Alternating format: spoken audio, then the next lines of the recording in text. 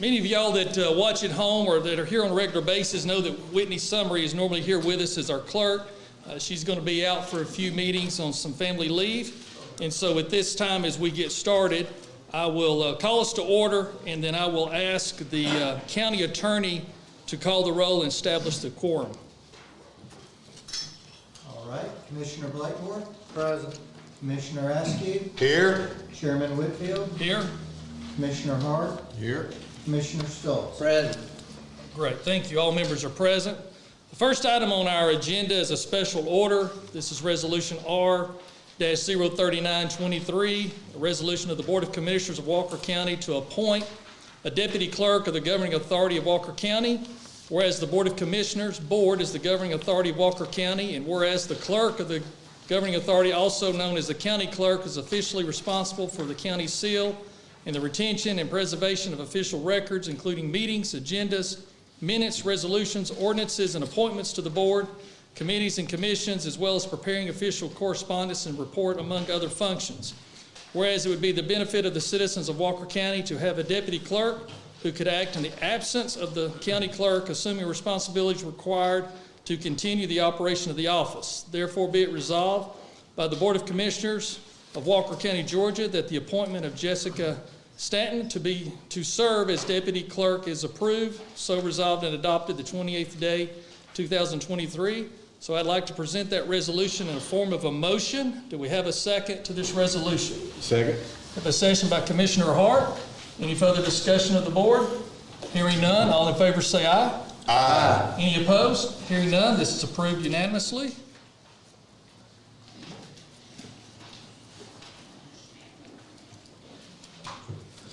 Jessica Stanton's right here behind me, and she'll officially start keeping our records for us here for this meeting. Okay, at this time, we do have the approval of our agenda here tonight. Is there any modifications or changes by the board to our agenda tonight? All right, hearing none, do we have a motion to approve the agenda? Motion to approve. We have a motion by Commissioner Stoltz. Do we have a second? Second. Second by Commissioner Blakemore. Any further discussion on the agenda? Hearing none, all in favor say aye. Aye. Any opposed? Hearing none, the agenda is approved as presented and published. Okay, the next item on our agenda is the approval of the minutes of our regular scheduled meeting held back here on September the 14th, 2023 at 7 p.m.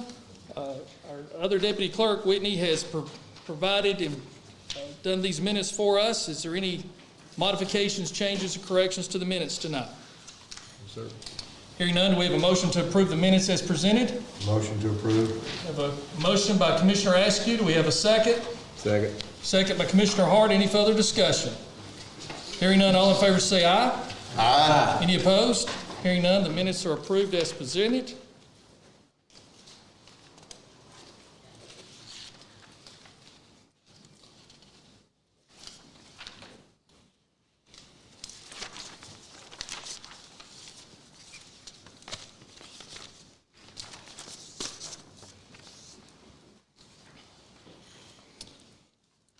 Okay, also we have the approval of the minutes of a public hearing that was also held here on February 24th.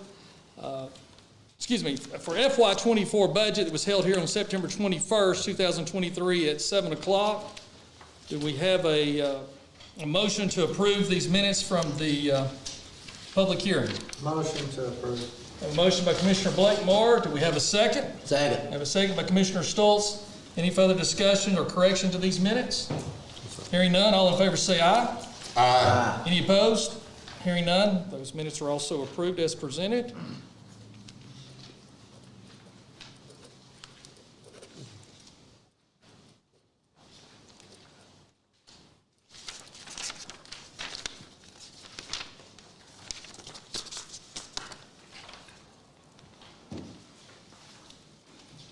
Okay, we will open up for our public hearings. And as we do this, I know there's a large number of you here that are going to want to speak on these. We do ask, just for the sake of everybody's time, if y'all can, maybe appoint a spokesperson or two or three, because we're going to want to try to move through this agenda so everybody's not here all night. And then also we'll set the clock for 5 minutes. And so when you are recognized to come up and speak at the podium, We ask that you speak your name for the record, and once you speak your name, we'll start the clock.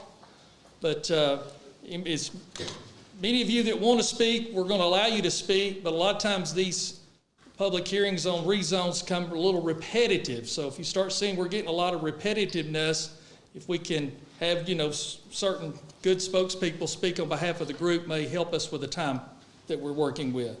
So at this time, we'll open up the public hearing on Daniel Heathhold requests a rezone from A1 agriculture to a PUD, which is a planned unit development for property located at 12160 Highway 193, Chickamauga, Georgia, 30707, tax map and parcel number 0-263-001. We'll set our clock here. So who would like to come up and speak first? Yes, sir. If you would, come up and state your name for the record, and you'll be on the clock. Super. I'm John Tatum, and I thank you for your time, allowing me to make my case. I don't know how to best spend 5 minutes. I don't do this very often. But if you may better, maybe better you ask me questions. I know there's a lot of stuff stirring around. I think there's some, a lot of rumors happen in this kind of environment in terms of what I'm doing. And y'all have all the paperwork. You've seen it directly. A lot of people haven't. But if it's better served to your time, I'm happy to just answer some questions. But I just, as an introductory, I'd just say that I've been here 18 years. I've been working on, I think, a great project. It's Cloudland Station. And it's been a labor of love. We've gone through some pretty tough times. We've got a tremendous amount of momentum now. I'm very excited about that. My whole vision of this has been to make a community that's unique, that's very connected. We believe in beautiful, healthy, connected living. So we've got a little farmstead, a little farm we're growing. We're trying to expand that. We have a very small footprint within the acreage that was given us. We allotted about 20%, exactly 20% of the total acreage at the property to actually build community, homes or second homes, mostly primary homes now, and I'm following the same model. Some people have said there's a higher density in this second property. This really is an expansion of Cloudland Station, and so I've done the math on that, which I would not bore you with, but I can provide that support. That I think this model works well. If you take a large piece of property and you say, hey, let's spread everybody out, then everybody takes an acre, let's say 500 acres, and everybody gets an acre. I think that does less, I think that hurts the property more than creating community, giving people smaller acreage, smaller lots in some cases. Not everybody wants that, so you have different products. But the average acre size of both these properties would be 1/4 of an acre. You have some people that are having a half acre, some people have 1/3 of an acre. Some people may have 1/10 of an acre in the village. We do believe that the village is an important part of it, so we have a little community village within. Our whole master planning concept is to tell a story and almost imagine what happened there in history, would have happened in history if it had been developed. So we start with a crossroads. We develop a schoolhouse, because that's usually the first building in the country is a schoolhouse. So we did that. We don't teach there. It's a kind of a fun place to hang out. And the architecture evolves over, the early, late colonial period to today. And the idea is that nothing looks, like a single architect went out and just, stamped all these homes out. It looks like a place has been evolving for that long. And that's a unique thing we're doing. But I think the most unique thing that we're doing is really conserving a lot of land. Now, I can't make a commitment to conserve land because I have to have what they call charitable intent. That's the law. At the time, I make a contribution. Donative intent is what the lawyers would call it. So there's no commitments to do that. But that's where my heart is. I love to see all that green space. We have little neighborhoods that are all connected with back paths. People can drive to the neighborhoods, but they can also, travel along back paths. And it's just it's an incredible world out there. We've probably conserved 80% of all our acreage. And so 20% is the allotment that we provide of the total acreage that we have to actually building a home or a cabin, whatever it is, and we like to mix that up, up in the, we kind of let the property inform us in terms of the architecture. You go up at the mountain, we have cabins and mountain homes. In the village, you have, something you'd see in a village, in a small town in Georgia, something with Victorian nuances or even arts and craft or, Italianate, whatever it is. That's what we do, and everything's different. And if you haven't seen it. 30 more seconds. Okay, all right. I would just say one thing. People have said that we're only doing gravel roads. This county permitted me, after we got our original zone, to come back and ask for pavement. So we are doing pavement. We've been doing that. We use a very high level RCC concrete rather than pavement because it's a legacy I want to leave. I don't want to leave stuff that has to be, redone every 7 years. So we're doing some things that are unique and I think really, really special. And the reason why I'm doing this, I want to do this. People say, well, finish what you have. Well, that's my prerogative. If I have a good opportunity to land bank something or to expand when I think we'll be in a situation where we'll need to do that, I want to take advantage of that opportunity. Thank you. Mr. Astor? Yeah, I just was curious, at Cloudland Station, an approximate percentage of build-out that as far as the lots approved versus lots that are still available. We have 88 lots that were approved, maybe a few more since then. And we have built about 30 homes. Somebody said that we only had like 15. I'm not sure how that happened, but we've always, pulled our permits about 30, and we have about 20 in process. When we started this, it was a second home kind of thing, and a lot of people came up, from different places and enjoyed it. And I said, here's 2 cabins, enjoy them, pay your cleaning fees, let's build a community. And then when you're ready, let's start building. Now what we have is a bunch of empty nesters that are moving in from those old days, and they are their kids are saying, Mom and Dad, we're going to shoot you if you sell Cloudland Station lot. That's where we want to come and visit you. So now we have a whole bunch of people starting to line up. Our building is really picking up. But we're probably about 50% built out. I think about a little over that once the houses that are getting ready to start are finished. Yes, All sir. right, thank you. Yeah. Any other questions? No, sir. Mr. Chairman, any thoughts on, basically, when this project is complete, how many potential homes could be in this development? Well, I got the PUD approved for 250, and that's using 61 acres out of, at the time, 300 acres. Now I have a lot more acreage. I've bought more acreage, but I'm still sticking to that. We actually had that lifted later by the county, but I just took advantage of that cap lifting and did more conservation easement. Okay. But my big thing is you don't see what's along the highway, a lot that's going on. That's called the Valley View Zone. I want to make sure that's always beautiful. We hide everything in any of our density in the middle zone, and then we go up to canopy, we're really treading very lightly. But if you like what we're doing at Cloudland Station, I'd say let us expand. If you don't, then that's fine. I think we've honored, I think we have great people that are adding to the community. I think they'll continue to do that. People are involved in all kinds of different things. Will this be a gated community? It is. A lot of the people that are coming in, they're coming from the city, and that's one of my marketing things. It's often open. I shouldn't say that, but we're trying to do more things during the year to invite the local community in.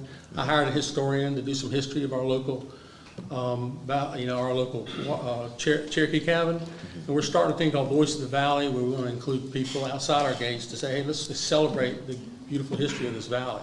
And we may actually allocate a home to that, an old home on the road to that as a museum. So just some interesting things we want to add back. Thank Any you. other questions of the board? No, sir. Thank you, Mr. Taylor. Thank you. All right. Yes, sir, you're up first. My name's Clarence Miles. I live at 12301 Highway 193.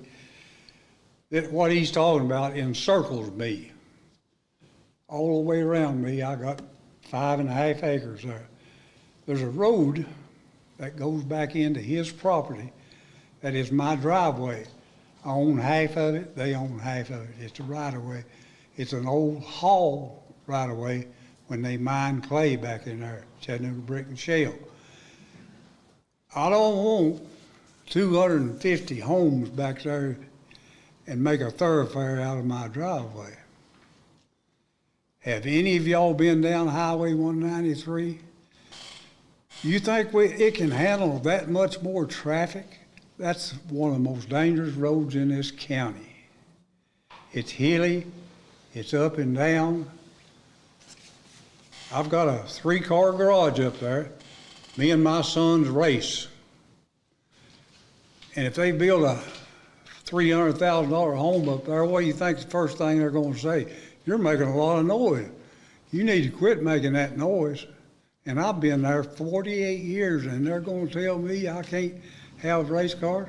Mr. Crutchfield across the road from me, he's got race cars. He races these little motorcycle mini cars. He just built him a garage dominium there. I don't think that's conducive to what he's talking about.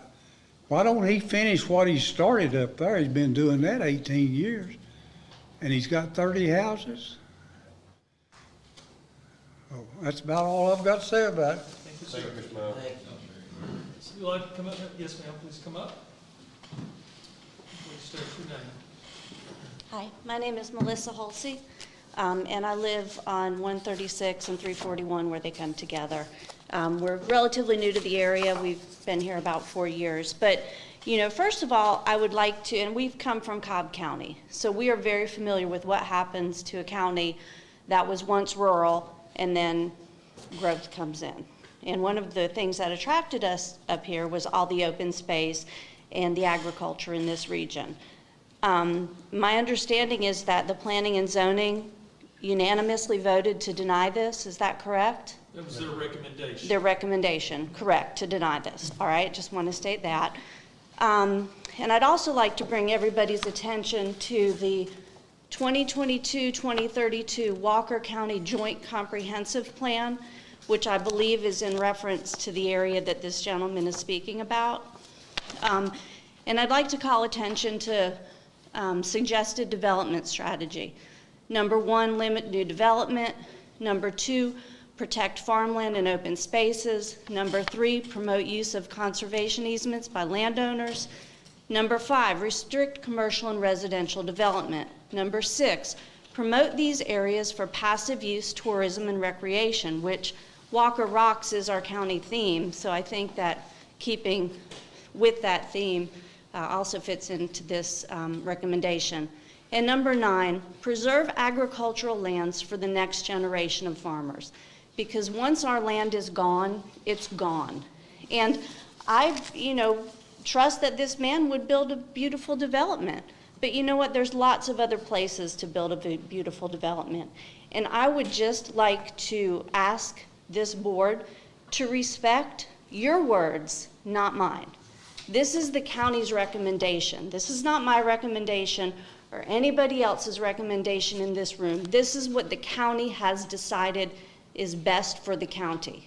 And also, I'd like to point out that it's a very slippery slope when we start deviating and granting these variances. Because you all know as well as I do that the next landowner can come up and say, but you did it for them, now you got to do it for me. And we're setting precedent each time we do that. So what's to prevent the next landowner and the next landowner and the next landowner? So I would like to just ask you all to deny this based on the fact that the county itself agrees that this land needs to maintain agriculture. And I'd also like to point out for the current landowner. So another argument that could potentially be made is, well, this landowner is going to be harmed if they can't sell their land, right? Well, my understanding is that this land has never been put up for sale to the general market. I am sure that there are many people that would love to buy this 100 and some odd acres and keep it exactly as it is, which is agriculture. So that is all I have to say. Thank you. Thank you.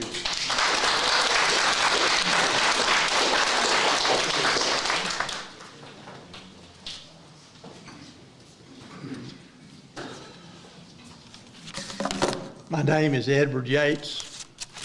I'm a lifelong resident of Walker County, been here over 70 years.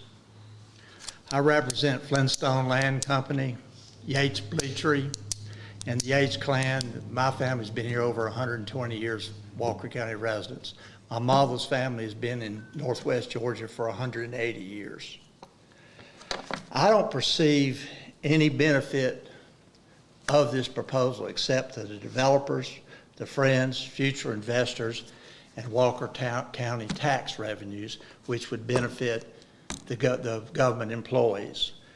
The burden will be on the local residents having to do with heavy traffic, including trucks, water and sewer, schools, and eminent domain. In detail, what I see, just common sense tells me there's probably 2 potential entry points off Georgia 193 and 1 potential one off High Point Drive. The road beds that are developed, most developers tend to put them into the county, and then it becomes a taxpayer liability.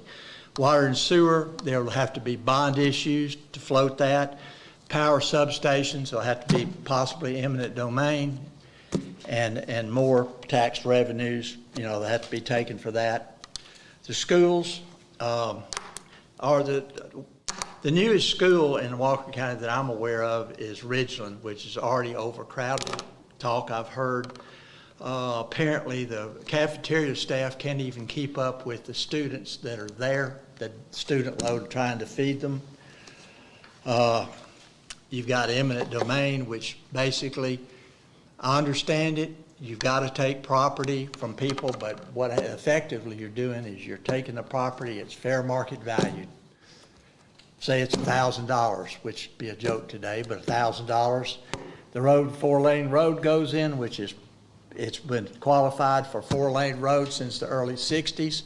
I remember seeing the state markers on Flintstone Land Company's land where the proposed road was going to go. The property values, Mr. Tatum made a claim last week that 100, 200, somewhere in that range, $1,000 for a lot. Third of an acre, that's $300,000 or $400,000. Mr. Tatum made the claim that wouldn't affect anybody else because it was a closed community. A lot of people kind of snickered last week. What are we going to do? Have a small city in a rural area where you've got hunting, fishing? Flintstone Land is probably the largest contingent property line in his property, either one of them.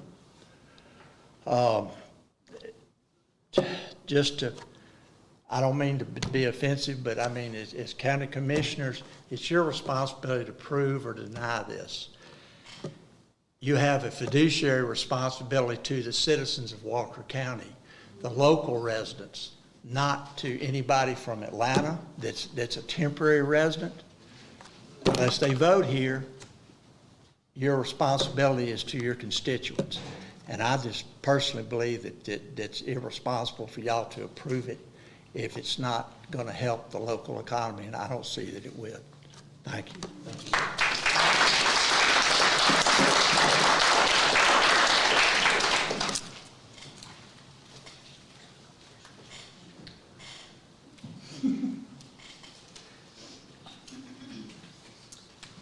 My name is Patty Prouty. I live on High Point Drive. I have been there 40 years now. My father originally bought the property because Chattanooga Valley is one of the most beautiful places on the face of the earth. I love it there. I live in peace and quiet, and I have for 40 years. And now you're talking about putting in 157 houses on property adjacent to mine. Mr. Tatum talks about community. We have community. We are the people of Walker County, not a business developer from Atlanta. What he's talking about as far as having a community, he's talking about an elite community, a gated community with people that aren't even from Walker County. I do not see one reason why this should be approved, because it does not benefit the citizens of Walker County in any form or fashion that I can think of. It benefits him and his pocket and his friends, and that's it. And you can understand me, those that you have farms, land, Would you like a development, a subdivision right next to your property when you've lived there for 40 years in peace and quiet, and then all of a sudden you've got a city within the country? He's bringing the city to the country because he says that city people need space, they need to get back to the simple kind of life, this kind of, beautiful lifestyle. That's what we have. This is going to ruin it. In my opinion, this is going to ruin what all of us have here in Chattanooga Valley. And it makes no sense to me that most of these people in this room did not know about this going on. Because if only the adjacent landowners get a notice, that to me is absurd. This development will affect everybody that lives on 193, from way out in the cove where Chris Sherrill, my friend, lives, all the way into Flintstone and into almost the end of Chattanooga. So again, I see no benefit for this for the current Walker County residents, only harm and more money from the Walker County residents as far as their taxes go to help pay for this. That's all I got. Thank you.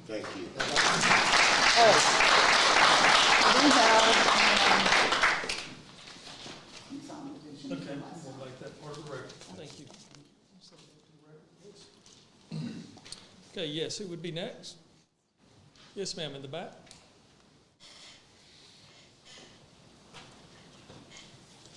My name is Joan Womack, and I live on 193, right across the street from Cloudland Station, actually. And I just have a couple of things that I want to mention other than what's already been said. My question is, why do they want to build more? Cloudland Station, I think, is like 400 acres or more. In the minutes from the last meeting last Thursday, Mr. Tatum stated that he was concerned why they wanted to build and buy more property. He was concerned about what could happen to this area with overdevelopment. Well, to me, 150-something houses on 120 acres is overdevelopment. We live in a rural area. That's the attraction. As Patty said, as the lady over here said, that's the reason people come to Walker County, is because it's rural, it's beautiful. Cloudland Station is a pretty place. I don't have any complaints with it, but I don't want it all over the county. Enough is enough, and this is just a couple of miles down from there. And Mr. Tatum stated that they had 88, I think, developed lots. I think last week you said 80 developed lots and 30 houses. Well, according to the Planning Commission, there have been 21 permits pulled and 15 houses built. And that is it. That means 200, they're planned for 250 lots. So there's 230 lots in Cloudland Station that are not even, why build more why plan for more if you've got all those that nobody's using? I don't understand that. It doesn't make sense to me. And that, to me, is overdevelopment. The other thing I wanted to mention is there's what's called a consideration for rezoning criteria. And the copy of it is in here, in this packet. And they talk about the roads, the schools, all that, and the impact we could have on it. And on this it says, and I understand this is something that's prepared by the Planning Commission, and number 11 says, whether the zoning proposal will result in a use which will or could cause an excessive or burdensome use of existing streets, transportation facilities, utilities, or schools, and the answer here was yes, it could. That's by the Planning Commission. I talked to them about that. It also, they question, why do they want to build more when they've got all these lots available up there? Why not finish them? And then if they want to go further, talk about it then. But what is the point now? I don't understand that. And I think the one thing that everybody should be concerned about is taxes and the increase in taxes. My taxes tripled this year. My property, I own 4 acres. My property value increased $80,000, which now put me in a bracket that I have to pay school taxes. I'm 75 years old. I live on Social Security. People in this county don't have the resources. Bringing in people from Atlanta, that even scares me on the political implications. You know, I don't have anything against people in Atlanta, but they're just a different class of people than we have here. And I don't know of anybody that wants this in Walker County. And I'm like Mr. Yates. You know, you were elected by us. You're here to do the will of the people. And I don't think there's any doubt what people want in Walker County. So I'm asking you to please deny this rezoning and let us keep our county the way it is, the way everybody loves it, and the way there is a place for people. And also, from what I understand, if they want to buy that land, fine. But they can put homes there that are on 5-acre lots and maintain what's going on. And so why not do that? Why do they have to build 150 houses? That's all I've got to say. I'm just asking, please deny it. Thank you.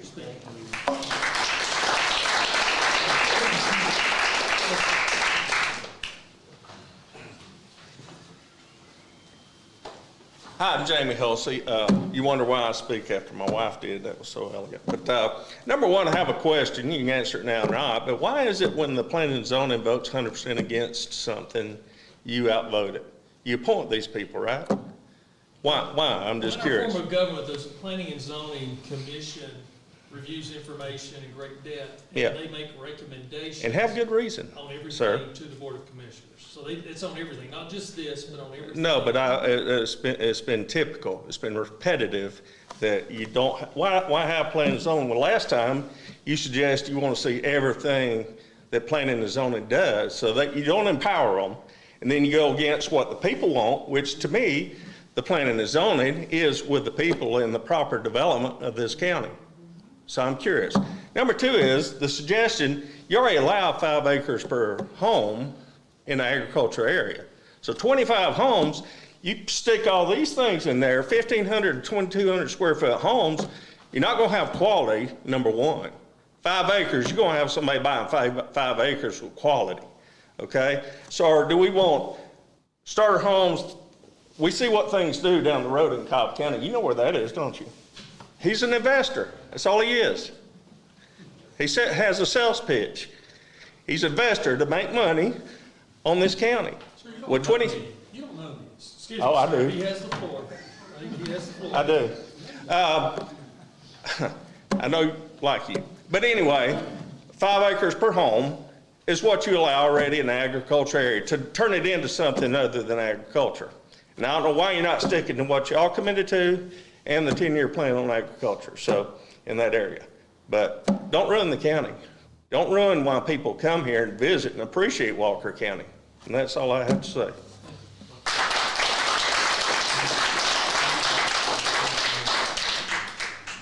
Anyone else on this topic? Okay, Dwayne's coming up, then you'll be next, ma'am. Yeah, come on up, Dwayne. Okay. And then you'll be right after Dwayne. My name's Dwayne Wilson. I live at 12,010 Highway 193, which is just north of this property. Sherry and I bought the property about 5 years ago.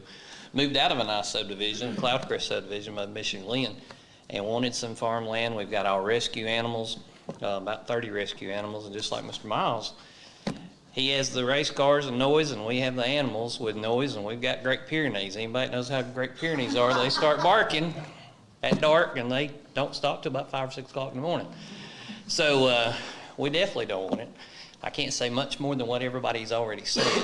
There is a great concern about the traffic. I mean, if you're talking about 153 houses, you're talking about 300 or more cars. He's talking about using one entrance, which is up on the hill.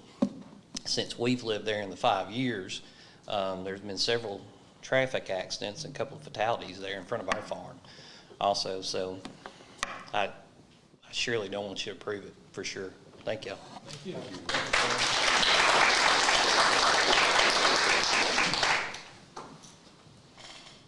Jill Balshin. I grew up in the valley. I have a farm in the valley. And I just want to petition you guys as our leaders, like the Hulseys, to consider what the valley, what we want. Like, we we have the opportunity to make laws and to be thoughtful about what development along this really beautiful valley looks like. Every day, 2,000 acres of agricultural land are paved over, fragmented, and converted in ways that jeopardizes farming. I remember when Mr. Schultz was up for election, I voted for him because he was a farmer. He owned farms, and so I'm petitioning you as a fellow farmer, as someone who was born in the valley, who went on first dates driving through the cove.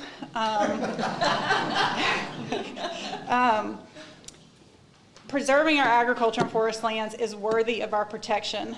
This is why I would like to propose that you consider a moratorium on rezoning District 4. We are Walker Rocks. We have caves, we have streams. I know there's a huge push to protect Chattanooga Creek. We're hiking, we have Pigeon Mountain. The cove is just beautiful to go to enjoy. Y'all have allowed the bikers to come in, and they're not gonna come in if we look like Ooltewah. We don't want Publix, and we don't want Walmart, and we don't want subdivisions. Like, these are your people, and this is what we value. We are the very last agriculture district that Chattanooga has. That is valuable. As Walker County leaders, this is our value. We are the very last one standing. Everybody else has led way to development. When COVID hit, where does food come from? They start thinking more locally. And so I just urge you to think long-term, think about our children, think about that you have this ability to save it, to be thoughtful of what does the future look like. So by setting things in place like a possible moratorium, so I can have my Thursday night back and I not have to worry that I'm coming to these meetings making sure there's not the next developer coming along. A moratorium will give a little bit of us peace of mind, and let's just say, it doesn't have to be forever, but let's say hey, District 4, what do we want the valley to look like? Let's be thoughtful about this without just agreeing to this and denying this. Like she said, you start saying yes to one guy and you're gonna have to say yes to the next one and the next one. There's a lot of people rallying behind this. They didn't know about this kind of development, and it's really important that we, maintain our way of life, a way of life that a lot of us have grew up with. And again, something just to be able to pass down to our kids. I just think it's really important, and I think it's worthy of your consideration. Thank you. Thank you.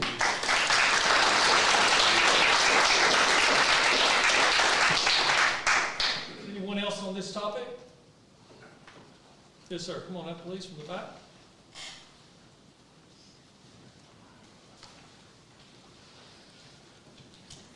I'm James Henry. I live just south of this property, Rose property. Well, thank the board for this assembly. Appreciate that. I'm going to take a little different approach. I'm concerned about we're getting the cart before the horse. If you go to section 22-152, it's very thoughtful, very precise.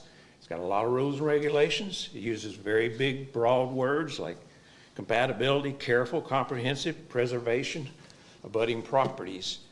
But it also includes detailed engineering site drawings and plans. We don't have any of that. We didn't have it at Cloud.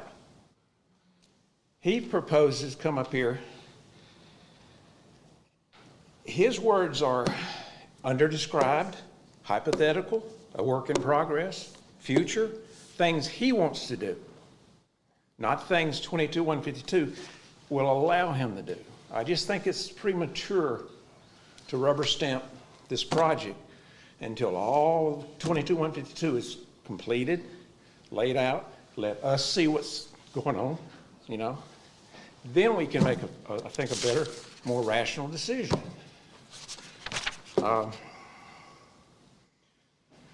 You got to be considerate to us and him also. But on the other hand, just take the sewer. Do a little survey yourself. Go online, look up all the statistics and stats. That 6-inch sewer line at full capacity at 100%, that's 100% capacity, can only handle 324 homes. What he's proposing is to use that sewer line and put 400 homes on it. So what happens to the next developer who comes along and wants to use that line? You got to go to that developer and really stick it to him on an impact fee to put another sewer line in, where he's getting 100% of that line. It's too premature. There needs to be more studies, more engineering studies, more lab, more meetings, and then give us a better view of what he wants to do that will comply with what the county wants. And that's it. Thank you. Thank you.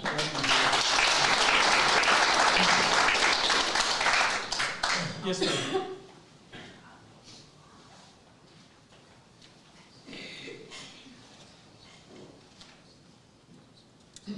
Hello, I'm Tara Tamor. I'm a resident of Hamilton County, Tennessee, but I operate a business and own property in Walker County, Georgia. My husband and I are currently building a home to relocate our family away from the city of Chattanooga and move to God's country in Walker County. We're looking to build on the land where my mother currently lives and the land of my childhood. My children will be the 4th generation to live on this land. If further development is allowed, this will change the landscape and sanctity of this community and land and will impact future direction for generations to come. This will negatively impact all Walker County residents in this area. If we do not preserve the sanctity of this land, then Walker County will become what my family is trying to get away from.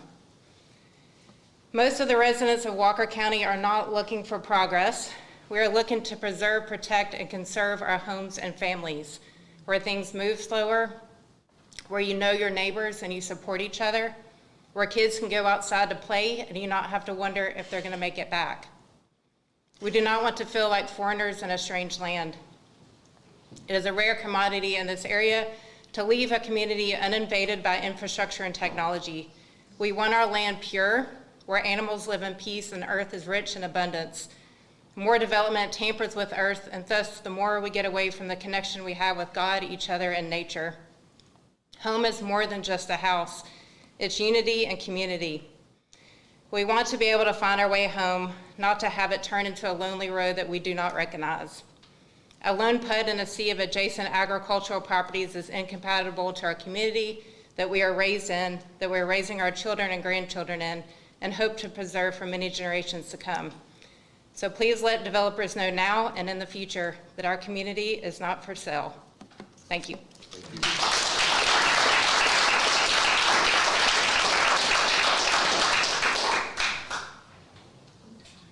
Anyone else? Okay, we're going to move forward on our agenda. Thank you all for your comments. The next public hearing that we have is Robert Allen Benton requests a rezone to increase the C1 part of the property split zone, C1/R2, commercial/residential for property located at 2025 McFarland Avenue, Rossville, Georgia, 30741, tax map and parcel number 0-174-130. So would the developer like to speak to this?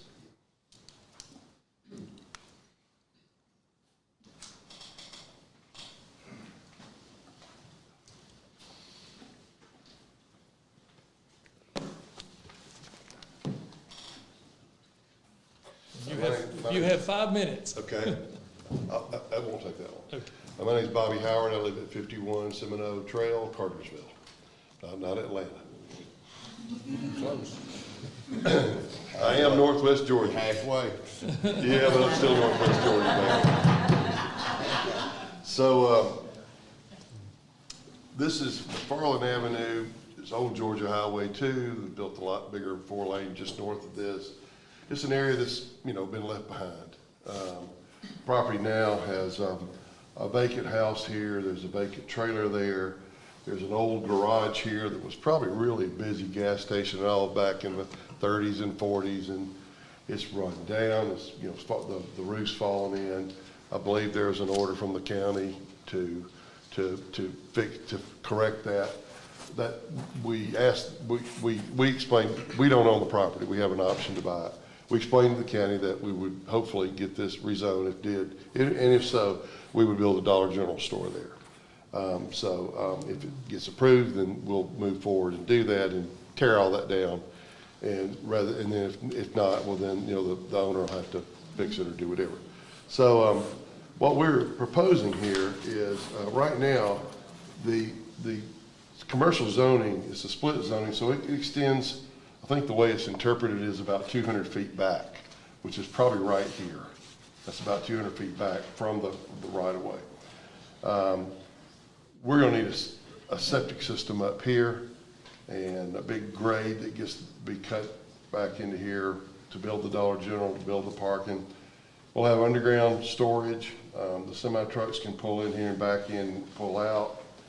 There is a gravel driveway now right here that is an easement. What we're going to do is, and this gravel driveway serves 2 lots back here where folks live and work back here. We're going to give this. We're going to improve the driveway. The driveway is pretty rutted up. We're going to improve the driveway, put some more gravel on it, make it better, and then give this land and this land to this landowner. It becomes a flag lot. We met with David Gottlieb a year or 2 ago, checked the county, the regulations. This can be a flag lot. It can work. And then we're going to knock the houses down, and there's trash all over it. We'll clean all that trash up prior to giving that land to this guy. It's just a big vacant area. It's wooded, but it's real trashy. A lot of nefarious stuff. It looks like it's been going on when you go up in there. Our idea is to, Dollar General doesn't want to own any more land than they have to. So they would rather us give this land to this guy. Hopefully these guys will take better care of it than the folks that were here prior. The store will be a 12,000 square foot Dollar General store. That's the size of the one in Flintstone. It'll have more groceries than the smaller stores. The larger the Dollar General, the more fresh food they put in, a little more produce, a little more refrigerated food, and a little more frozen food. Their hard goods, their processed food, and their hardware and hard goods, they stay the same about for every store. It's the larger the store, the more food they put. This is a county road. We've talked to the road department about the driveway. It's all fine. Water supply is fine. Drainage is okay. Underground detention, stormwater quality underground. You know, all the utilities are there and adequate. That's probably all I can think to say. You mentioned underground storage. Was that for stormwater? Yeah, underground, sorry, underground. Are y'all going to more of that now, Mr. Bobby? Because we sure like to see underground retention versus detention ponds. What's the reason that you decided to do it on this one? Is it the design? Because this is a 30-foot cut. It costs a lot of money, and it would cost a lot to push this further back. So it's cheaper to put it on there? Barely, but yes. I'm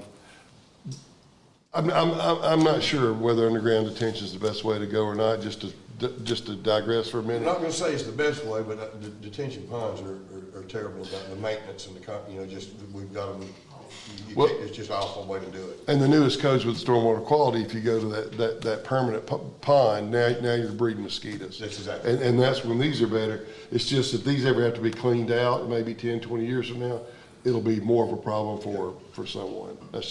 I'm just speaking frankly here, Does any board member have any questions? And then we had asked for a parking variance. That was approved by the planning commission. I don't know if that has to be approved. It does still have to come here. Okay. Dollar General doesn't require 5 cars per 1,000. There'll be a lot of pedestrian traffic here. A lot of folks that live back in here that will probably walk to it. And we're gonna have 40-something cars instead of 60. But Dollar General, they're gonna make sure they have enough parking, and this meets their needs. So, I think they're pretty good at knowing what they need, so. Thank you, Bobby. Okay, that's all I got. All right, thank you. Anyone else that would like to speak on this request? Yes, ma'am. already a Dollar General on McFarland Avenue? There is one in downtown Rossville, but that's probably a couple of miles away or better. Probably, Downtown Rossville, Dollar General. there's one at Fort Oglethorpe, but on the other side of US 27, which is, you know, it's kind of like the other side of the world. I mean, it's. There's one right down from the restaurant. But this is almost across the street from the Fairview Tag Office. Yeah. Yeah. In the Fairview community, Yeah, where they don't have Fairview community, any, where they there's- don't have any. It's kind of a food desert right through there. Yes, they would have access, foot Okay. traffic and supply the needs of the community. Anyone else wants to speak on this one that we just heard about, this rezone request? Okay, we're going to move forward on our agenda. The second item that the applicant also mentioned, but I'll read this for the record. Robert Allen Benton requests a variance for a smaller number of required parking spots for the property located at 2025 McFarland Avenue, Rossville, Georgia, 30741, tax map and parcel 0-174130. The applicant did speak on that. Is there anyone that wanted to speak on that one? Okay, hearing none, we'll move forward on that. All right, our next public hearing that we'll enter into is our, it says their FY22 budget there to start with, but that's a typo. That is, under that is correct. Our FY24 general fund budget and our FY24 enterprise fund special revenues budget of the governing authority of Walker County. Walker County's fiscal business year starts October 1st of each year, ends on September 30th of each year. And so this is our second public hearing on the budget. There's budget copies there in the back, and this was also, has been online now for a couple of weeks. Since the last hearing, there has been a couple of modifications due to requests we had from the last public hearing. And so I'll call everyone's attention to page, let's see here, of the general fund budget, page 13. We heard from our assessor boards, and I know some of our commissioners have also met with them since. And we have made a modification to their wages and the associated taxes and insurance and Social Security and Medicare. So that's an increase to their budget of a total of $62,000 in their budget. That's being offset to keep us in balance. Back on page 2, there toward the top, we recently, I think it was back in August, we actually, the board voted to increase some of the permitting fees, building fee, inspection fees, and so forth, and that had not been completely captured into our budget of those increases. And so went back and looked at that, and we are offsetting that $62,000 by increasing that same amount of the building inspections, permitting, electrical inspections, broke that out over that. So that's how we're offsetting that to keep a zero balanced budget. We have to have a balanced zero budget for our general fund. So that's the only modifications at this time since our last meeting, or from what the first revision that was put online. So this is the second revision, and the board will be taking action on this later in our agenda. But at this time, we'll open up the floor if anyone wants to come and speak regarding the general fund budget or the special revenue budget. If anyone has any questions or comments, you could be recognized at this time. Yes, sir.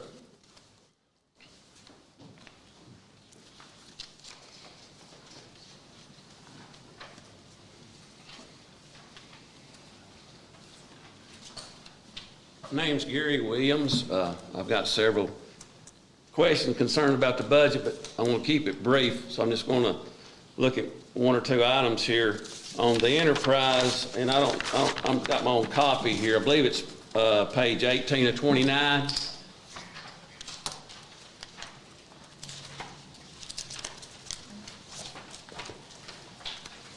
Kind of at the top of it, it says hotel motel tax. That's not what my question is about.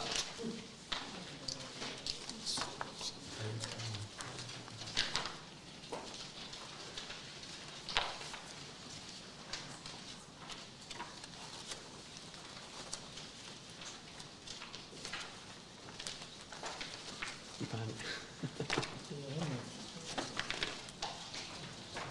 it. 18 to 29. Okay, go ahead. Back July the 13th, the Board of Commissioners got a grant. I'm going to read just a little bit of it. It says, whereas Walker County applied for a grant funding for a project to construct a playground, splash pad, pavilion, restrooms, and walking trail within the Rossville Recreation Area. Whereas Walker County has been awarded $2,200,000 for the project from the Georgia Governor's Office of Planning and Budget. So if you look at page 18, it's that was $2.2 million. This says American Rescue money of $2.2 million. Is that the same money? Our CPA is here with us tonight, Greg McConnell. No, the money for the playground should be in, need to find the page before you. Capital projects fund, budget for the life of the project, not just for 1 year. And Well, the reason I question it, because this is under the title of Recreation Centers, and then it says American Rescue money, and it says 2.2, which is the same amount of money that was approved as the grant money. So I didn't know if that's the same money or not.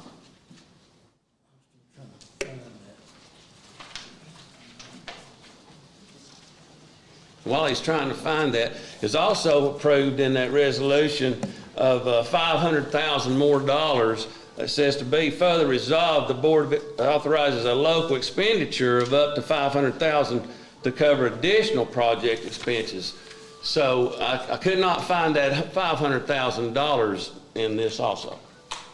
okay, the 2.2 looking for is on page 18 on entity 340, the grant fund under recreation. 18 of 29? Page 18 of 29. That's what I'm talking about. But the entity 340 said hotel, motel. Well, that was just a heading to get people to look at After it. the heading is 340 grant fund, Right? which is two totally different entities. Right, well, that's what I'm saying, but this is under Recreation Centers. Is the 2.2 grant, yes. That is grant money, but it also, but here it says that it's American Rescue money. It is actually American Rescue money. Yeah, I think. But it had to be applied as a grant, right? It isn't a grant, but it's still coming from the ARPA fund. Come the same $13 million No, that it's the county? different money. He was over and above that. Biden's going crazy on the ARPA money. We've got 13 million, then we've got this grant, we've got like 2 other grants, one for, off the top of my head, I think like $1.3 million. So this is a different 2.2 Yeah. Totally different amount of money. than the 2.2, but why is it under the recreation? Because it's for the recreation playground. Well, this grant was, so is that gonna be 4.4 million because this grant money, so is it same money? 2.2. The grant money is same money? 2.2 was for the recreation center at Ross, like it's the one at Ross. And that is just this one project right here. Yeah, when he first responded to your question, he thought you were under the hotel motel, but y'all were on the same page. Yeah, we're on the same That page. 2.2 recreational is for that Rossville project. Yeah, So, but it's not, the money that y'all approved, it is. okay. It's It's not being- 13 million original. It's being budgeted because it's on the budget until it's been spent, and none of that money has been spent because we're still in the design and approval phases of that project. I understand that. So with the $500,000, where's that at? Which 500, I'm sorry. This was the, what was Board of approved back Commissioners on? approved $500,000 out of the current, or the original ARPA, $13 million.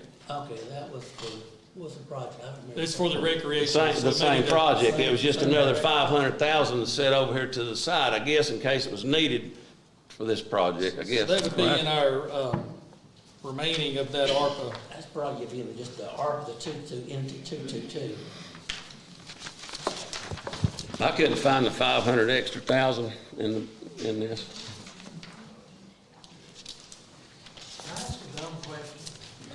He has the floor. Page 18, where in the devil you get these figures? Because I'm looking at it and I don't see. 18 to 29. Yeah, there's two different budgets. Yeah, this is under. One's the general fund, one's the other. Yeah. And, well, I guess my point is, Yeah, so on page, I think the answer to your next question there, on top of page 11, as Greg indicated, Fund 222, American Rescue Fund Act. Right. That's where the allocation of that 500,000 is into that number there. Could I just look at yours, Commissioner Blackmore? On page 11 at the top.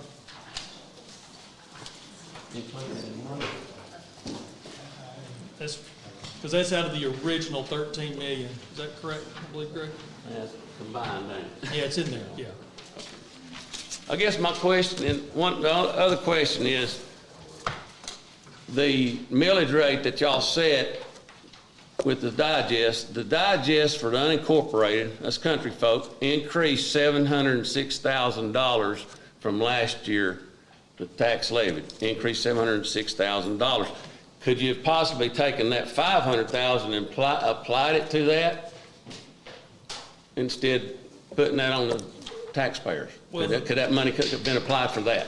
The board voted to take it out of the American Rescue Fund, but what we did with the property taxes is we wrote the property taxes back, so the total revenue coming in the new tax year for the county was $10,537 total, to be spread among all 33,000 plus property owners or partials. I understand So it that. was as close to zero as we could get without going into a negative number. But I guess due to all the higher assessment, fair market values, it actually going to bring in $706,000 more from the unincorporated. But when you look at... Is that not correct? But if you look at the offset of that is in the city, and it's because of the rollbacks and the formula from the insurance tax credit and the sales tax, it gets a very complicated. But what we look at is what's the net neutral that we can get for the county. So over the last 7 years, the total revenue increase for this county government from property taxes has been $125,000 total over 7 years. And so in this budget, it reflects the current property tax value of round numbers of about $14 million total. But in our general fund, we have over a $32 million general fund budget. So therefore, less than 50% of our general fund budget comes from property taxes. I understand that, but I just know there's a lot of seniors out here that, you know, due to this assessments, having to pay more taxes this And that's year. why we rolled the rates back. But you didn't go all the way to the rollback rate. No, we didn't go completely. That's why we had to have the public hearings, because we went up $10,537. Right. So if you go up $1, you got to have a public Right. hearing. All right, thank you. Thank you, sir. Anyone else have any questions, comments on the budget? Okay, hearing none, we'll move forward on our agenda. Next time we have, this is also a second and final hearing on an ordinance amendment on ordinance O-0523, amend Chapter 13 of the Environment to join the statewide Timber Harvest Notification System Act. Fines for harvesters who fail to notify the county that they are operating, and other provisions. This was an action that was made statewide. The timber industry, along with the Association of County Commissioners, come together, formed a subcommittee, worked with their local legislative delegation at the Capitol a couple of years ago to come together with a bill that was passed at the legislative State House with bipartisan support to form an online system to simplify the process for the timber industry when they needed to pull a permit to do timber. In the past, it had always been any timber harvester would have to go into each county or each community and do that at the office. And so this is to actually take it up to the 21st century where they're using technology where a business person can do that from their office and pull that permit, and it's a statewide system where all counties in Georgia are joining that system to have that consistency, continuity, transparency, and it's done the same way in all 159 counties. So what this ordinance change does is it adopts the model ordinance that was put together for all counties to adopt, that allows them for Walker County to participate in that system once this is approved. And so this actually will make it easier for the timber industry, and this was something through their industry organization that they were asking for and lobbying for, and was able to get approved a couple of years ago. And this is us just taking that and getting it implemented here in Walker County. But if anyone's here tonight that wants to speak on this, we can have you come to the floor now. Okay, hearing none, we'll move to the next item on our agenda. Then we'll open up our meeting under our new business. Let me get called up here.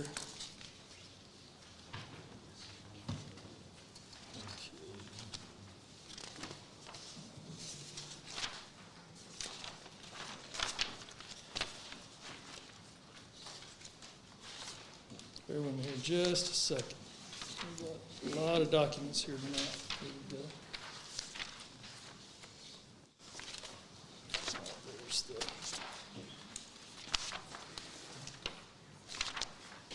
Okay. Under new business, Daniel Heathhold requests a rezone from A1 agriculture to a PUD, which is a planned unit development for property located at 12160 Highway 193, Chickamauga, Georgia, 30707, tax map and parcel number 0-263-001. Is our planning director here? Yes. Would you like to come up and speak on this, sir, and the results from the Planning Commission?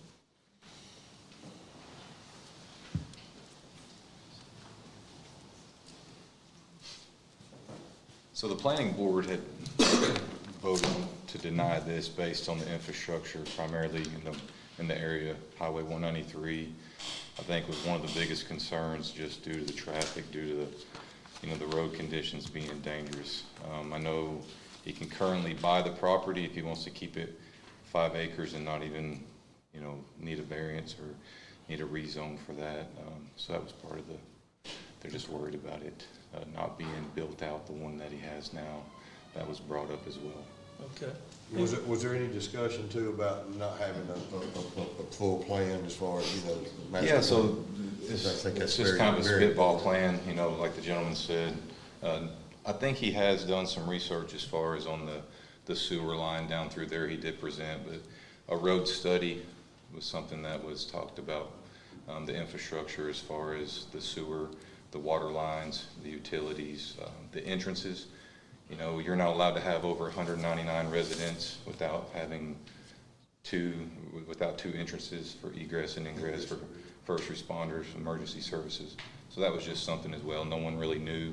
I don't think no one still really knows what the game plan is other than the model that he has now. Does any of the board member have any questions for our planning director? No, sir.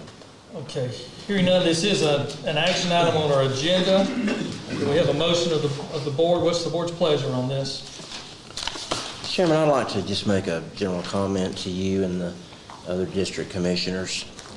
Over the last few weeks, I have spoken with a lot of folks who live in the area, some of you here, some of you not here, maybe some of you are watching at home. And I think so many residents in that area are concerned with changing of their way of life. And I can certainly appreciate that. There's nothing like living in a rural area. There's solitude, there's peace. It's a simpler way of life. My concern is ultimately, if this development was approved, it would not only change the landscape, the beauty of the South 193 area, but it would change the whole dynamics of that community. And I think that would be a travesty. Mr. Chairman, I would like to go ahead and make a motion that we follow the recommendation of the Planning Commission and that we deny the rezone request. Okay, we have a motion on the floor by Commissioner Stoltz to deny the request. Do we have a second? I'll second. We have a second by Commissioner Askew to deny the request for the rezone. Any further discussion of the board? One thing I think is important to point out is that Ms. Hosen pointed out, if you look at our comprehensive use plan, it is not in line with that, and I think that's very important to consider when we are denying it. Very much. Good point. Any further discussion of the board? Well, just the point that I would make is like we talked about, I'm not in the business of rezoning any large pieces of property without a pretty good plan or something more than just, a general idea. And so I think that there needs to be more work done on something like that as well. So that would be my thoughts on it as well. Okay. Any other discussion? That's right. We do have a motion. We do have a second. All in favor of the denial, say aye. Aye. Any for? So,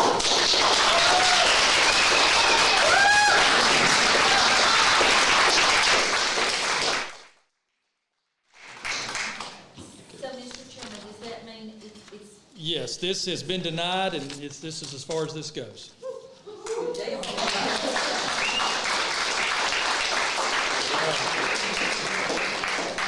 Looking at the time, I know there's many been sitting here close to an hour and a half. We're going to take about a 10-minute recess. We finished our first page, and we'll reconvene in about 10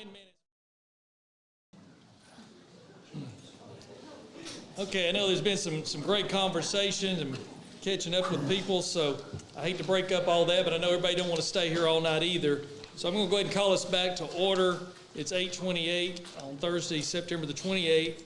The next item on our agenda, the top of page 2, Robert Allen Benton requests a rezone to increase the C1 part of the property split zone, C1 R2 commercial residential for the property located at 2025 McFarland Avenue, Rossville, Georgia 30741, tax map and parcel number 0-174-130. This has been before the Planning Commission. We've had our second hearing. So we have what's the pleasure of the board on this one? I'd like to make a motion to approve. All right, we have a motion to approve by Commissioner Blakemore. Do we have a second? Second. Have a second by Commissioner Askew. Any further discussion of the board to approve this motion? That's right. All right, hearing none, all in favor say aye. Aye. Any opposed? Hearing none, this request is granted. A unanimous vote.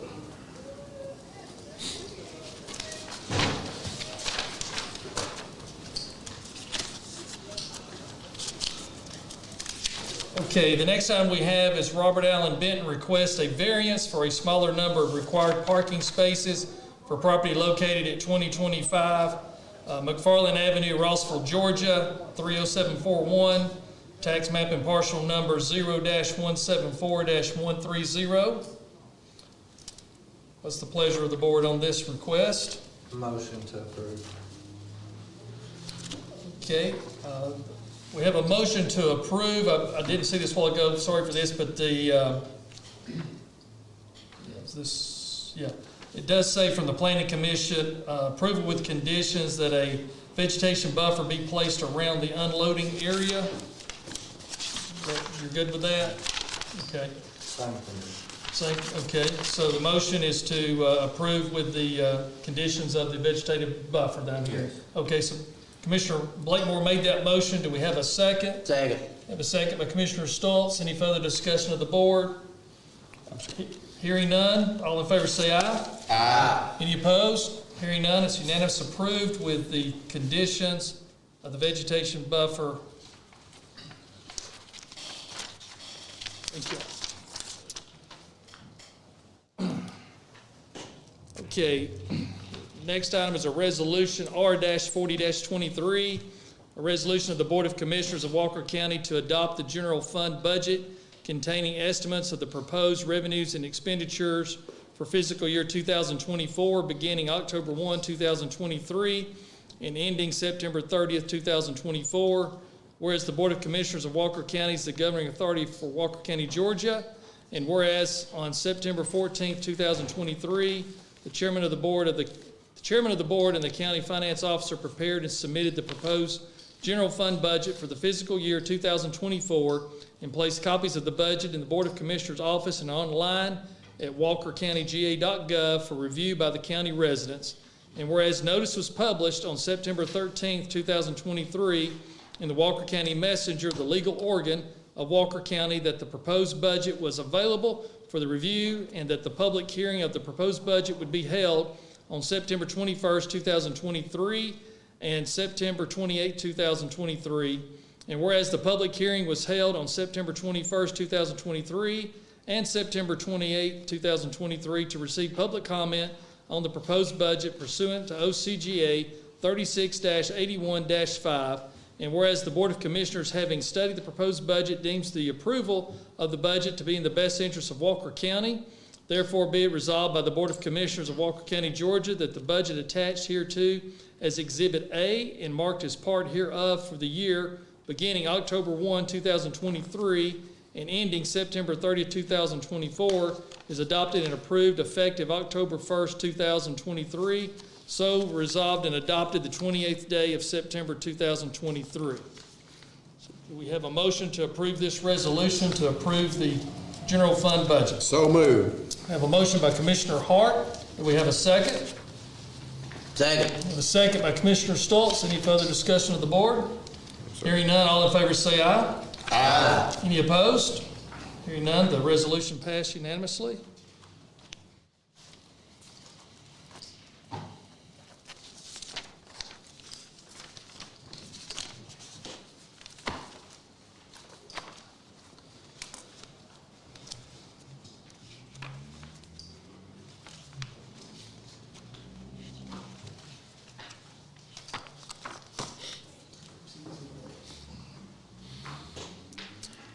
Okay, the next we have this next resolution. I know it's going to sound very similar, but I really need to read it since it's approving the annual budget.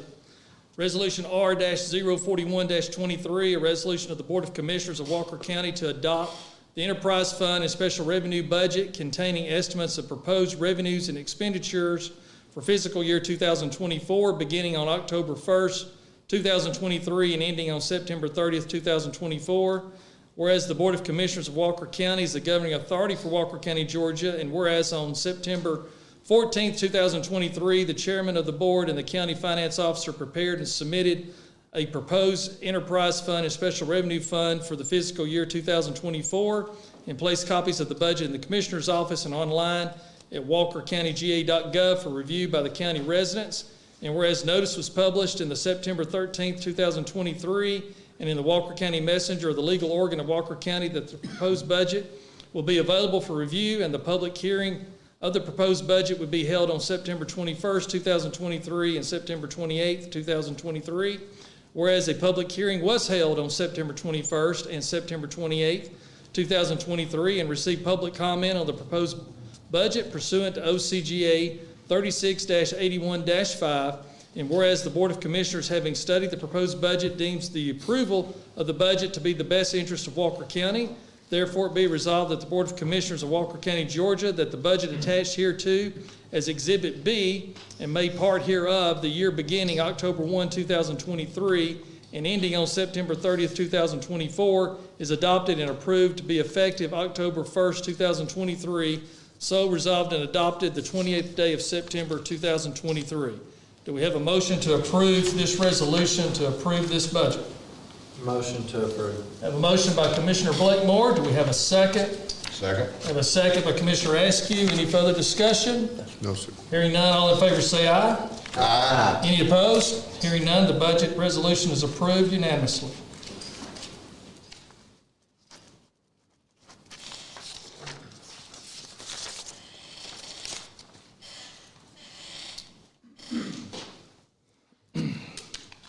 Okay, Resolution R-0-4223, a resolution of the Board of Commissioners of Walker County to amend the regular meeting calendar for 2023, whereas a resolution R-002-23, the Board of Commissioners of Walker County established the board would conduct regular meetings at 7 p.m.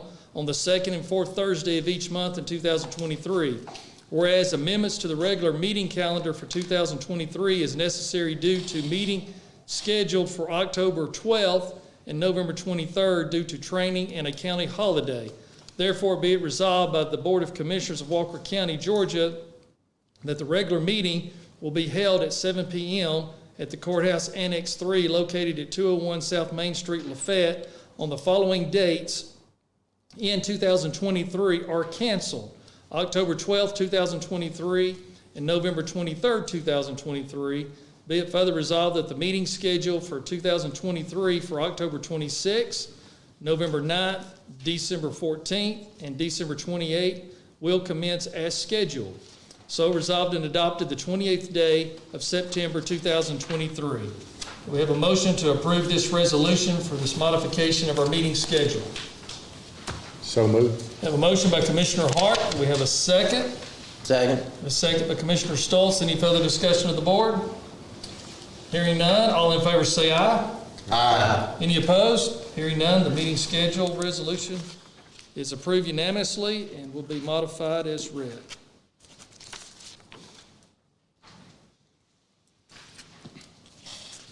Okay, Resolution R 43-23, a resolution of the Board of Commissioners of Walker County to establish a holiday calendar for the county offices in 2024, whereas Walker County is a duly created and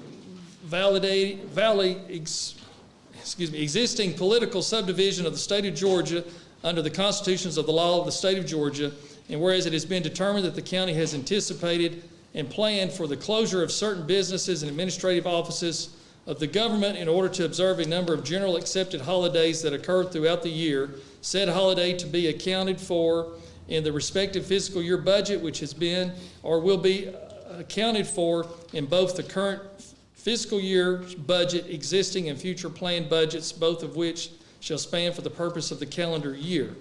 Therefore, be it resolved that the Board of Commissioners of Walker County, Georgia does hereby create and establish the following holiday calendar for 2024.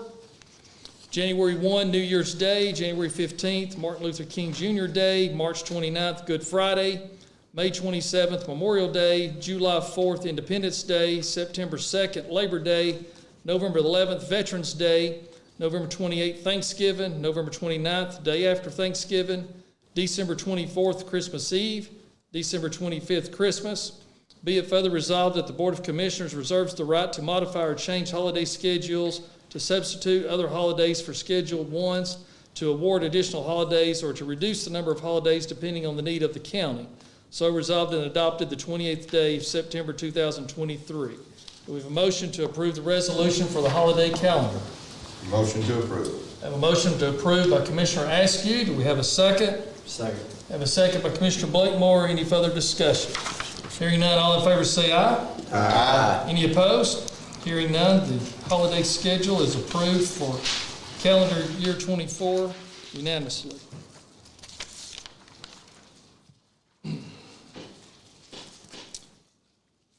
Okay.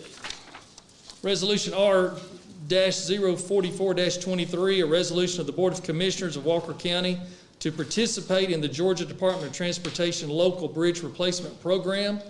Whereas the Georgia Department of Transportation, GDOT, created the Local Bridge Replacement, LOCBR, program in 2017 to target the replacement of locally owned bridges, to replace a locally owned posted bridges using federal funds.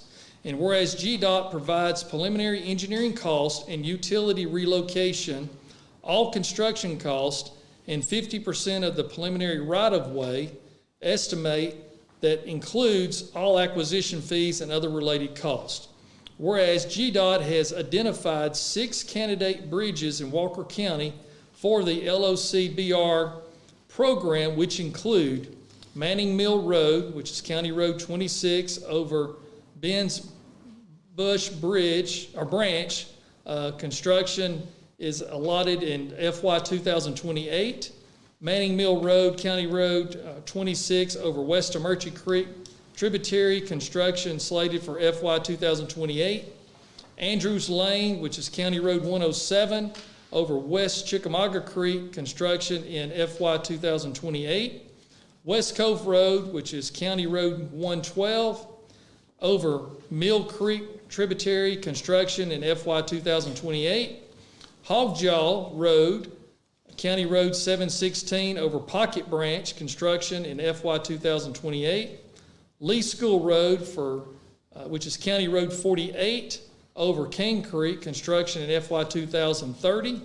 And whereas in order to participate, Walker County must provide financial support and agree to pay a portion of the cost of the right-of-way for these projects ranging from $50,000 to $100,000 per bridge.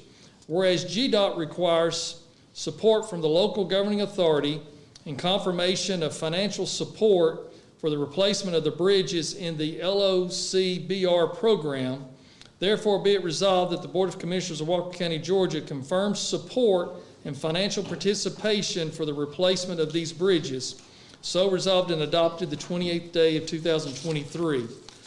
These bridges here, GDOT has worked on the engineering.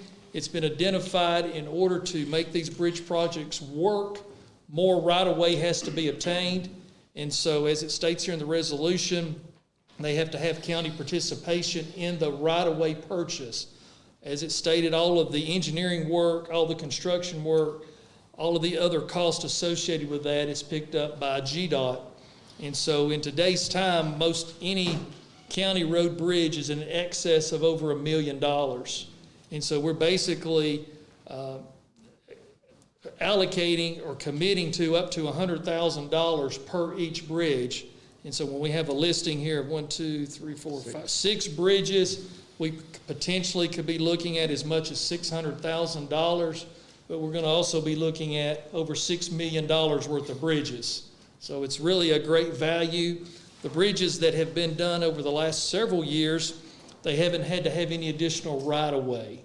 And so those were already done very quickly. These here, they're going to have more right-of-way to get the bridge widths and everything that they need to meet the current standards. And so this is a great program. I know Carlin Bowers, our road superintendents, worked with them. This has been in the works really for probably 2.5 to 3 years. And as you see, construction dates, they have to put things out for bid, go through the procurement process and the construction time and all, and budget for this. So they're working several years out, and hopefully we'll have more opportunity for more bridges in years to come.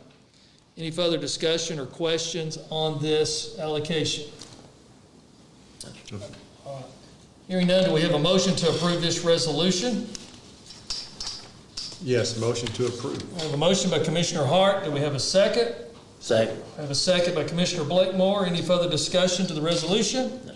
Hearing none, all in favor say aye. Aye. Any opposed? Hearing none, the resolution is approved for this commitment.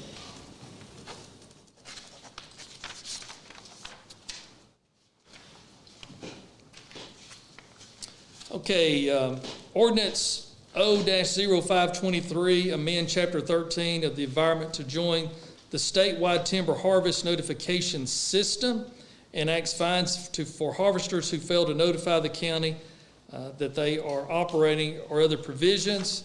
So we do have the resolution, the ordinance O-05-23, an ordinance amending Chapter 16, Article 7 of the Code of Walker County, Georgia, regarding timber operations to provide for an effective date to repeal any and all conflicting ordinances and parts of the ordinances, to provide for servability and to provide for other purposes.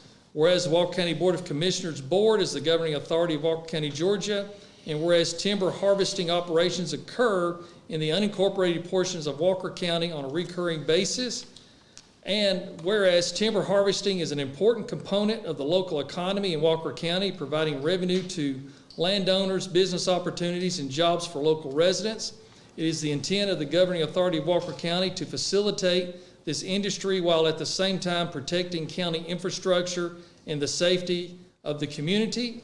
And whereas timber harvesting is, in many instances, requires that the use of county-maintained roads in order to transport the product to market, and whereas it is the public interest to protect the county road system from damage caused by timber harvesting operations to the extent allowed by state law, whereas OCGA 12-6-24 authorizes and establishes the terms and conditions under which this ordinance may be adopted and enforced, and whereas it is the intent of the board to preserve and exercise, where appropriate, all powers and authorities granted to and under state law, including but not limited to OCGA 32-4-42 and OCGA 40-6-371 that are not in conflict with OCGA 12-6-24. in order to protect the health and safety and welfare of the community. Now therefore be it resolved by the Board of Commissioners of Walker County, Georgia, that Chapter 16, Article 7 of the Code of Walker County, Georgia is repealed and replaced the following. And so the following is the actual ordinance document that we have had the 2 public hearings on. And then it says the last page, number 2, this ordinance is effective immediately upon the adoption. All ordinances or parts of this ordinance in conflict with this ordinance are hereby repealed. Number 4, the provisions of this ordinance are servable in any section, clause, part, sentence, or phrase or ordinance is held to be invalid or unconstitutional by any court or contempt judgment, jurisdiction, then said holding shall in no way affect the validity or effectiveness of this remaining portion of this ordinance. Passed and adopted the 28th day of September 2023. Do we have a motion to approve ordinance O-0523? Motion to approve. We have a motion to approve by Commissioner Askew. Do we have a second? Second. Second by Commissioner Stoltz. Any further discussion? Hearing none, all in favor say aye. Aye. Any opposed? Hearing none, the ordinance is approved as presented unanimously.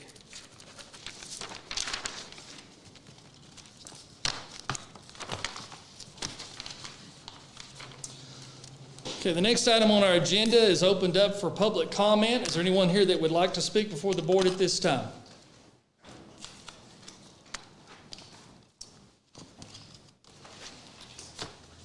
Yes, would you like to, was you wanting to speak? Yeah, I would like to speak. Yeah, come on up, please.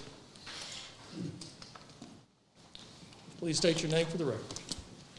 Laura Owsley. So I watched the last meeting that you all had, and I really would like to see you two working together a little more. Do you think that there's a way, if you all can put your feelings aside, you and Janice here, if y'all could work together to kind of make some improvements? Because I felt like she did bring up some pretty good points. Is that something that you think your team could do if she's willing to do the same? Absolutely. All right, Janice, are you willing to do the same as well? Yes, it's difficult to meet with him privately because he gives personal insults and laughs. So what I would just suggest, is I would start with a clean slate tomorrow if you can. And I would send an email out to every single one of them, and I'd start with your concern. That's exactly what I would do. And then I'd like to see something positive happen from some of these concerns. I think they're valid concerns. So also just kind of wanted to bring up too, I know that you've made this commitment to working with Perry's Promise, and I appreciate that. I think it's a good cause. I also would like for you to kind of recommit to something with ACCG. I called you a couple of years ago about a homeless young lady that was mentally ill. And I had asked you if you could help a group of us, give us a contact for someone that can lead us in the right direction to help this young lady that's in our community. And at that time, you didn't have someone that you could, direct us to. Also, you had mentioned a town that I should take her to. I did not do that. I did run across something after we talked. It was a couple months later, and it was this 2022 legislative toolkit. And so I was really discouraged when I saw this. Do you mind if I pass this out to you all? That'd be great. Because I'd like to hear from you, but basically, in this toolkit on page 6, it discusses the very thing that I was calling you about, mental illness. It even drills down to the importance of why it's important at the county level. And it really hit home for this young lady in particular, frankly. And if you look at also on page 1, you will see a list of about 33 names, and I'll let you all read this privately. But I felt like all 33 names would be good contacts for me that could have potentially directed me in the right direction, okay? And as you know, your name is at the very bottom of this list, okay? So I felt like this list is a list of people that stand behind this very thing that I called you about. So I felt like I called the absolute right person. So what I would ask for you is if you would just recommit to these priorities that were set by ACCG that your name is on. You know, one thing that the association's been working on is mental health, and then the chairman of the association this year, this is his #1 focus and priority. Because we have such a tragedy in our state just for juveniles alone. There are no mental health beds in the state of Georgia for juveniles at all. And it's not always been that way. And so this is really something that a lot of different entities across the state are working on for legislation and for funding. The County Association of County Commissioners is also working on that and helping craft legislation and get support every year. Okay. And so it's been a work in progress. Well, I appreciate that work. But you can see how I would be discouraged, though. You know, it was something that I talked to you about. I'm pretty sure the ACCG did not intend for us to take these individuals out of our community. And it does state here by Steve Taylor, it says, please do not hesitate to contact a member of the association's policy team. And it does have that policy committee chairs and vice chairs, and you're a chair. So that is why I was really disappointed. And you know, we're 2 years behind on really helping this young lady and other people as well. And I just feel like it's not too late. And if you need my help, she would have made a great case study for our state and for this organization that your name is on. And I think that this is something that could help you as well. Help our community. Okay. Is this something that you're willing to Yeah, help it's with? something, I'm no longer a chair of this policy, but I am still on the policy council, and we have in legislation that we have been working on over the summer for mental health, because there's just not enough beds even for adults. Right. There's nothing here in this region. And so people that currently, unfortunately, they're even over here in our jails, we have very exactly right. limited resources for mental health beds, and it's a tragedy across this entire state. Oh, absolutely. So they're just, if I had a resource, I would tell you where it was, but I just don't know of anything that's available. Okay, well, if you would please keep me in mind. Also, I'd like to have some contacts so we can change some legislation. I really do think that this is important and we can make some positive changes here. And I agree, and that's why I participate in this process, is to help move things forward that are state initiatives that have local support. Well, I appreciate it, and I hope that you will keep your word and you two work together. I would love to see y'all make some positive changes. Thank you for speaking today. Thank you, Ms. Long. Okay, would you like to be next, Ms. Janice? Sure will. I appreciate your comments, and that's something that I've been trying to do for 7 years now. Correct, Commissioner Whitfield? Yeah, For please state 7 your name years? for the record. Janice Williams. Thank you. And she wasn't here for the last meeting, so I guess to start, I would like you to finish your sentence from after the camera was off at the last meeting when you said, let me tell you what's going to happen to you next time you get up to speak, and you wouldn't finish your sentence in front of Commissioner Askew. So I need to know now before I start speaking what's going to happen to me when I speak this time. The floor is yours. You have 4 minutes and 28 seconds. Well, It's that your was a time. question that I had for you based on what you said to me. So will you finish that sentence and tell me? Don't have anything else to add. It's your time. Because you threaten me when the camera's not on, which is why we have trouble when we meet personally and it's not a public meeting. I have realized, and I realized it from 2 weeks ago's meeting, you're not going to answer my questions. I've been trying for 7 years, and you won't answer my questions. So, and then your behavior after the meeting with the threat led me to definitions of corruption. The definition of corruption is dishonest or fraudulent conduct by those in power. Your oath with ACCG specifically says how you are to deal with your citizenry and how you're to serve your citizenry. None of that is threats. None of that is calling names. None of that is you're going to have someone arrested but never give the reason why, just to intimidate them. That's falling under corruption. You told the public about our shelter being refurbished. You didn't tell them what had happened. And that leads me, it circles around to, with your comment about the Patty Bryant case, that for years and years and years, animal control had gone there. You had invited the Department of Ag in. Department of Ag has nothing to do with that because they're not licensed. This was an animal control issue and a law enforcement issue because they were breaking a law. The reason that now we're getting evidence is because finally the board pushed you, after 6 years, to hire trained and qualified people. The reason no evidence was obtained before is because they didn't know how to do it, Shannon. They weren't experienced, and you laughed publicly several times when we begged you to get these people trained. And the result is that a lot of animals have died because you dig in your heels when someone makes a suggestion to you. Back to the shelter. You were going to have me arrested. Nobody knows why. I did a FOIA request to find out why, and I found out from the sheriff, Steve Wilson, that you had your own police department that you had formed.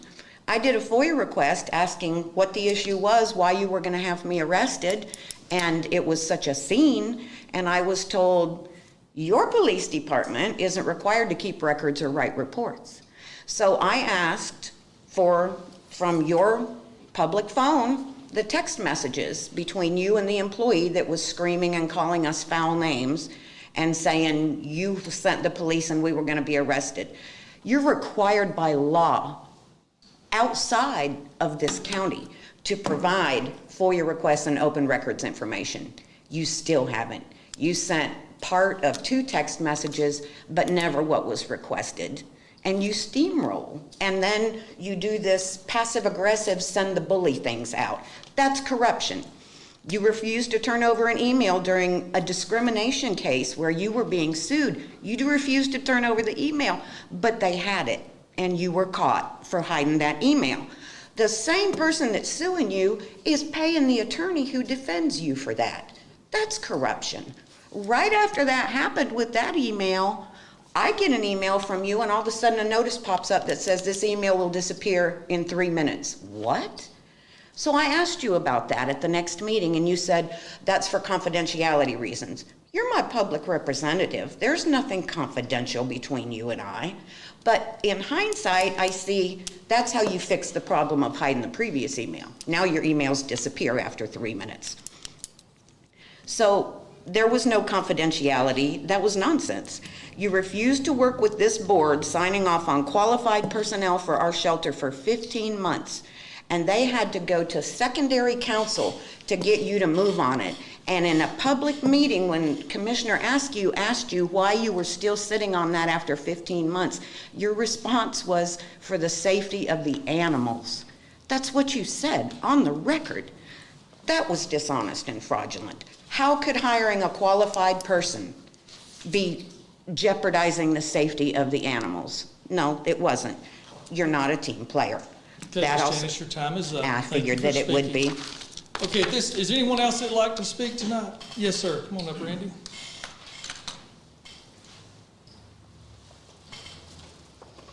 Good evening, fellas. I'm Randy Pittman with the Walker County Historic Preservation Commission.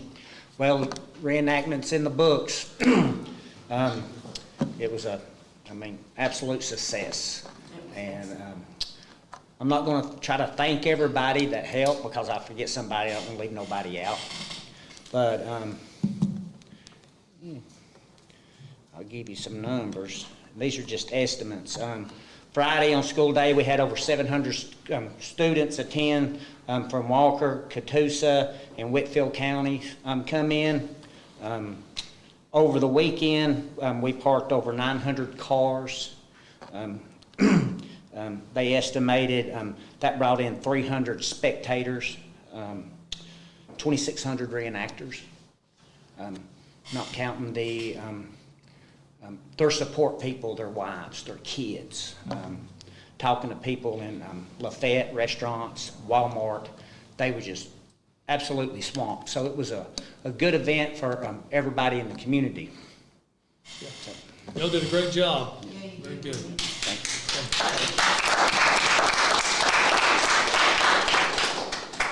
Anyone else? Okay, we'll move forward on our agenda at this time for commissioner comments. We'll start with Commissioner Blakemore. Appreciate everybody coming out and getting involved and letting us know what you want in your form of government. And thank you for all the employees. Thank you to the Historic Preservation Commission for a great job. Well done. Thank you. Thanks, sir. Commissioner Ashby. Guys, tough to follow, I say it every week. I do want to put out a special thanks to the Historic Preservation Commission and all the supporting factions that helped make this happen. I know the road department was greatly involved, a lot of independent, private folks, so that was a huge success, and we appreciate that. Also want to give it up to Carlin's mowing crews. They've gotten over in my area now, and they're really skinning back, looking good. They've done a really tight job, and it shows. And I really appreciate them taking that time to when they're out there to make it count. Also, I did want to mention real quick Saturday at the Ag Center, the Crafters Fall Festival. Brian Hart. This Saturday. The 30th. September 30th? This is a craft festival. Oh, yeah. Okay. Yeah. I was thinking Ag Festival. Yeah, I know. I'm just saying. No, but it's a craft festival, and it is at our, actually it's free to the public. So, also I'll mention that Gordon Lee's homecoming is tomorrow night. So, everybody come out to that. And y'all beat Lafayette on our homecoming? I wasn't going to say that. And last but not least, now be wary or be mindful in the next, and I think it's next week. And Brian, you may know a little bit about this as well or more. But the rabies drop, where they're going to be dropping. They're going to be flying helicopters and dropping rabies control pellets or bait. And so, if you see some suspicious activity or whatever, that's probably what it is. Just be prepared for some of that over the county. That's not all the county. I looked at the map, but I guess that's posted somewhere. I didn't see the map. I haven't looked at it. Joe put it on our Facebook page as well. Okay. It's not what I thought. So just be mindful of that as well. And thanks for the public participation. Like I said, we had a really good crowd tonight, and we got to hear their thoughts and all. And we got to put our government, put it to work. And I think we had a very good meeting. And that participation, however as passionate it gets sometimes, it does help us put the puzzle pieces together and try to make the best decision. So thank all of you for that. Mr. Hart. Yep, very good, Mark. And again, thank you, Randy, and everybody that went into that work up there. It was very good. Tomorrow night in the city of Lafayette, they're continuing their concert series. So at Mars Theater District, it's a free concert. If you don't have anything to do, come out and take a look. They've had 3 of them so far. They're really great turnout. So come out for that, Robert. Are you singing by chance? I am singing. Oh, Mark Askew and I are singing. Yes, I'm we looking are. forward to it. All right. I'm singing. Appreciate everyone coming out tonight. Appreciate the participation, and this will be a repeat of everyone else's, but appreciate our employees. You guys do a wonderful job. You work in terrible weather, you work in difficult, dangerous conditions, and just appreciate all the work that all of our departments do. You do a phenomenal job. And Randy, just want to say again, your commission did a wonderful job. The planning took months, and it was all in place. You guys did a wonderful job. Great reenactment, just a great way to showcase Walker County. So thank y'all so much. Mr. Chair? There's another event happening this weekend. Can I share it? Yes, please. TMMA Farms and Sanctuary is a gem that we have here in Walker County. They're nationally recognized as a livestock sanctuary for injured, ill, all over this side of the country. They travel and bring back animals. And they do their open house once a year, and it's Saturday and Sunday from 11 to 4 at TMMA Farms and Sanctuary. It's a remarkable place. Okay, it's my understanding there's no need for an executive session tonight. What's the location? Do you know? On Halls Valley Road. Halls Valley? Yeah, Okay. I All can right. Google it and give you the exact address. No, that's, okay, thank you so much. Sorry. Okay, no problem. Do we have a motion to adjourn? Yes, sir. Motion to adjourn. A motion to adjourn by Commissioner Hart. We have a second? Second. Second by Commissioner Stoltz. All in favor say aye. Aye. We stand adjourned. Thank you all for being here today.